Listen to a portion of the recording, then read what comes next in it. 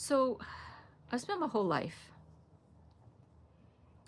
being told all kinds of things about marriage, being told all kinds of things about love.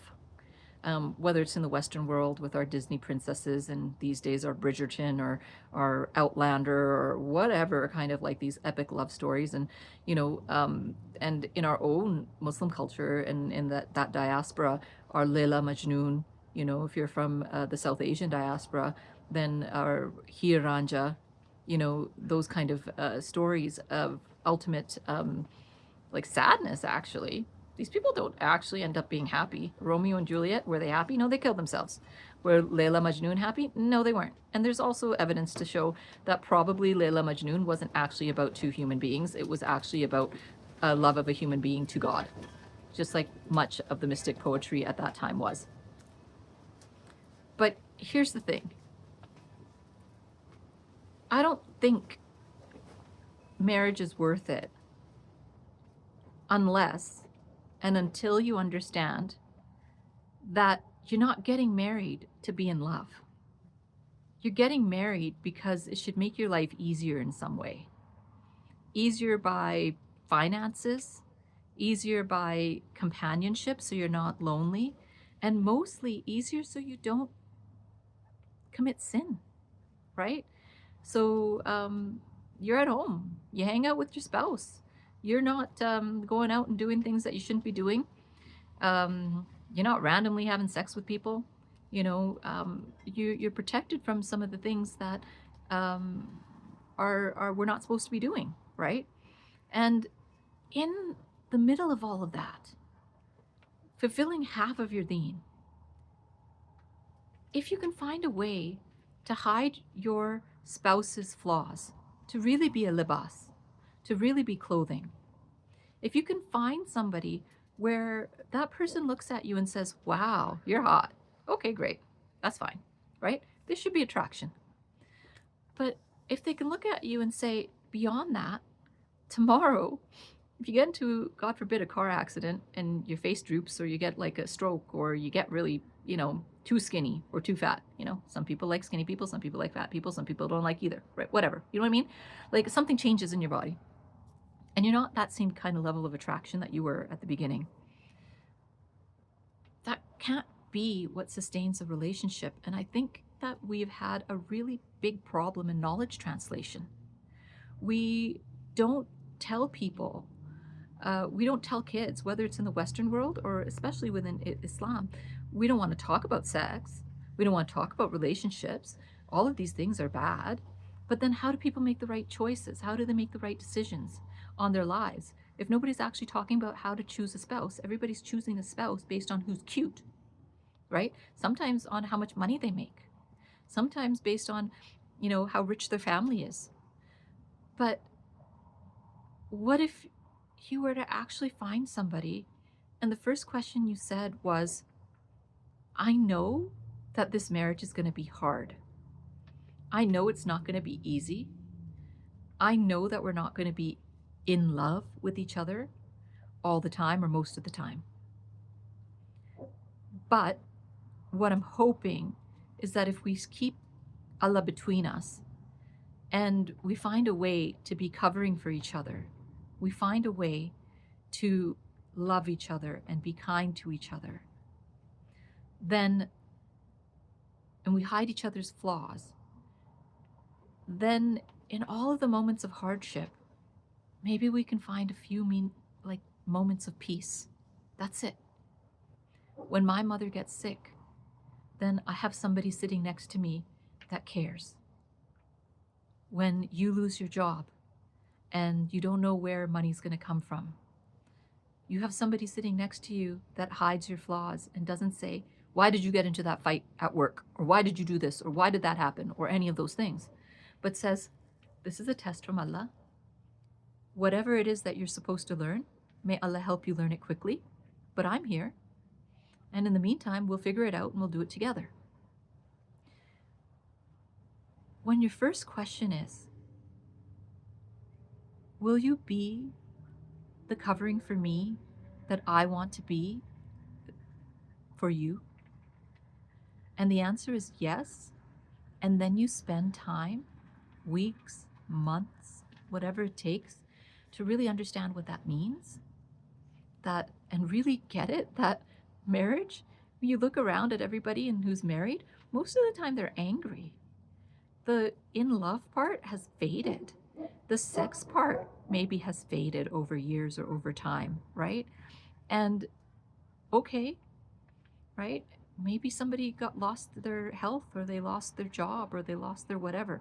So what is it that's keeping you there with that person besides community shame or the children that you have together, right? I'm not talking about marriages that are abusive, where somebody's hitting somebody or somebody's mentally abusive or somebody's doing, no, get the hell out of those ones.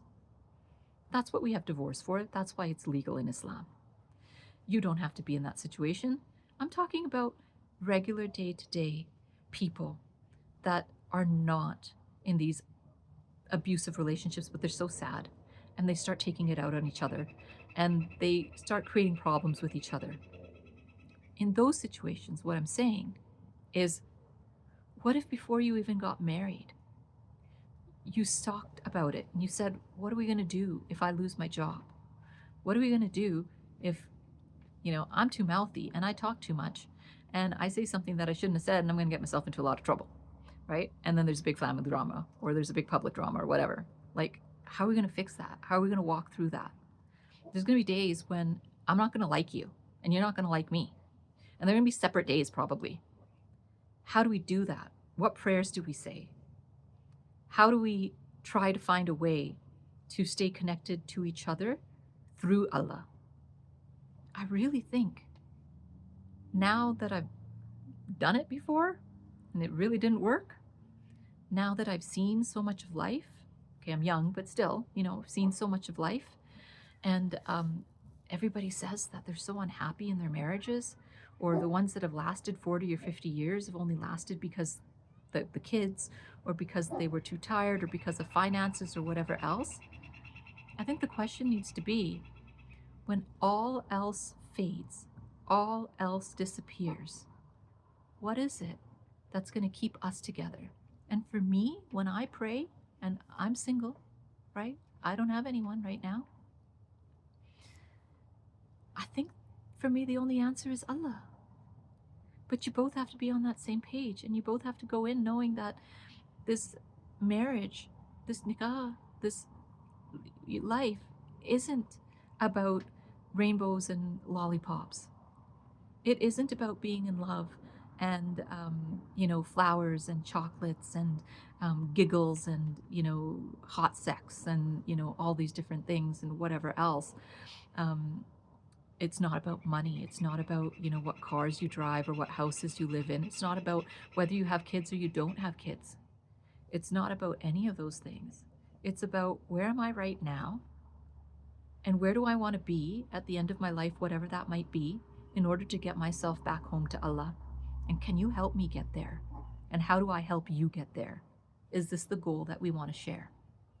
And if that's really what's in your heart, you might end up in one of the rarest marriages in the whole entire world. You might end up in Sunnah. You might end up being able to emulate what our Prophet, peace be upon him, had with Khadija or with Aisha, or one of our other prophets, peace be upon them, had with their wives. It's not out of this world. If our entire religion is such a mercy that it's built on niyyah, it's built on intention, then why not, all of you that are lonely out there, or all of you that are already married and feel like you're stuck, why not start thinking about that? Why not start reading about that? And not only in Islam, the Hindu Vedas have a lot to say about a man's role and a woman's role. The Taoist teachings have a lot to say. Buddhist teachings have a lot to say. There's a lot of really good things out there. Sikhi, right? Go to a gurdwara and sit and listen to what they actually say about women's roles in religion and in life, and what it's supposed to be. Not how people are behaving, but how it's supposed to be. And then have conversations with your spouse or conversations with the person that you think could be your spouse, and hold each other to a contract. That contract is a covenant. It's a covenant with Allah. So you can't break it. And on any day, any time when you feel the need to separate and you can't do it anymore, you have a legal means out. You can get a divorce. But maybe it's my naivety. Maybe I think that if I can find somebody, somewhere, in some time, today, tomorrow, 10 years from now, that actually thinks like me and is willing to accept all of my flaws and all of my sins and all of my backstory and all of the things that I did and hide it in a good way, say I'm okay with that, I can, I'm all right with that, then, and you do the same for them, then maybe you might be able to survive this world with a little bit more joy than everybody else. And maybe your Jannah starts on this earth. And maybe that's what it really means to fulfill half of your deen by getting married. And you've already met half of it, and you can work on the other half together.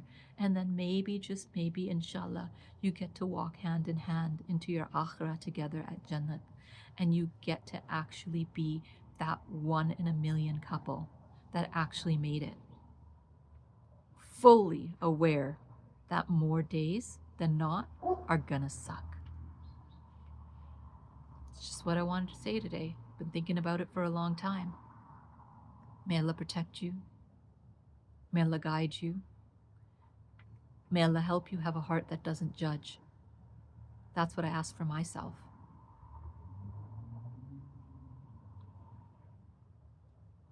Have a good day.